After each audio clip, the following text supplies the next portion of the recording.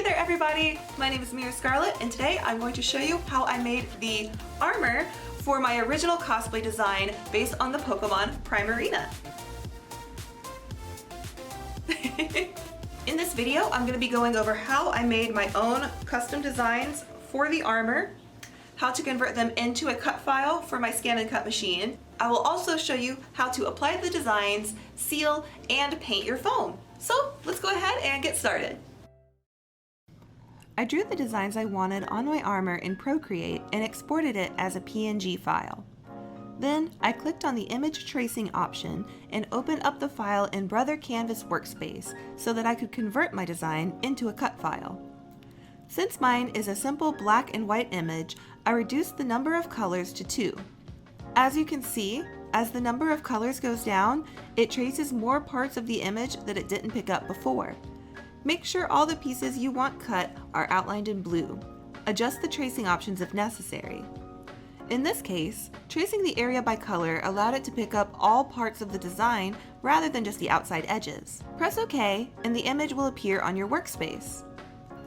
You can't move the image until you unlock it under the Layers tab, so open up the Layers and scroll to the bottom where it says Image, then press the Lock button to unlock it.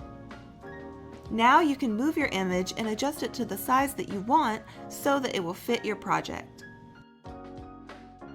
Once the placement is where you want it, you can delete or hide the image layer, so all you're left with is the outlined cut path of your design. If you look closely, you may notice that some of the outline is darker in certain places, meaning that it created extra cut instructions that aren't actually necessary. So if you want to decrease the cut time and keep the machine from cutting those areas twice, scroll through the layers and delete any duplicates. Now your image can be read as a cut file. Since this design is for both an armor neck piece and bracers, I duplicated the design and made sure to resize it to fit the bracers. I'm using a 12 by 12 mat and each square represents 1 inch, so make sure to measure so that the design will fit on your armor.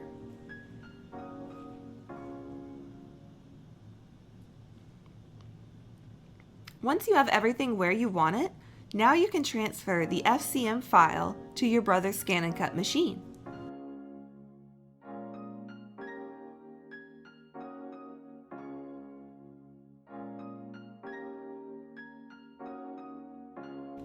Make sure you're on the home screen to receive the file. Then adjust cut settings as needed. Since I'm using 2mm foam and wanted the blade to cut fully through it, I made sure half cut was turned off and I adjusted the cut pressure to 3. You can do test cuts to make sure these settings work right for what you need. Then let the machine do its job. Once done, remove the cutting mat from the machine. As you can see, I used painter's tape on the edges of my foam to make sure that it didn't accidentally raise up from the cutting mat. Carefully peel your foam from the cutting mat, which has a sticky surface to keep the material from moving around while cutting. You don't want anything to rip, especially in this case when we are working with tiny, intricate design pieces. Once you remove all the excess foam, you'll be left with just the designs.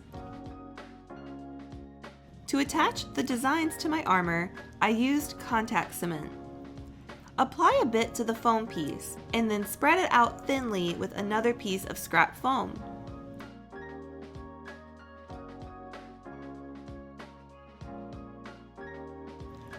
Let the contact cement get tacky before adhering it to your armor to ensure that it will have a strong bond and not be too goopy and slip out of place.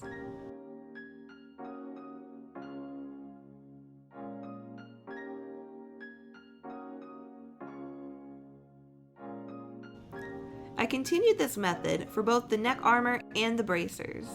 Once all the details were glued on, I sealed my foam armor pieces with about 3 layers of Plastidip. Once the sealer was dry, I hit it with some white spray paint. I had a lot of trouble figuring out exactly what I wanted to do with the armor, since I wanted it to be really white, but not boring and flat. I attempted to add some shading, which I didn't like, And in the end, I settled on this pretty glitter paint from Plaid I found at the store while trying to figure out a solution. Since one of Primarina's unique moves is called Sparkling Aria, I figured some glittery shine would be perfect, but I didn't want it to look like a kid's craft project and just throw chunky glitter on there. This glitter paint gives a subtle but gorgeous effect with flecks of iridescent glitter, and it's honestly just what I needed to give the armor just a bit more flair.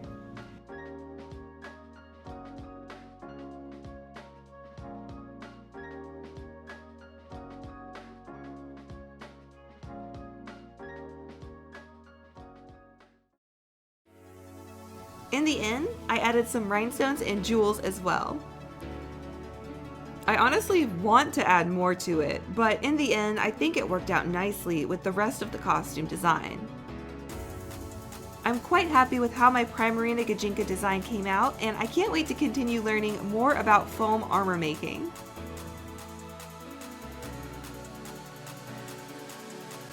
Thank you guys so much for tuning into this video. I hope it helped inspire you to create something fun.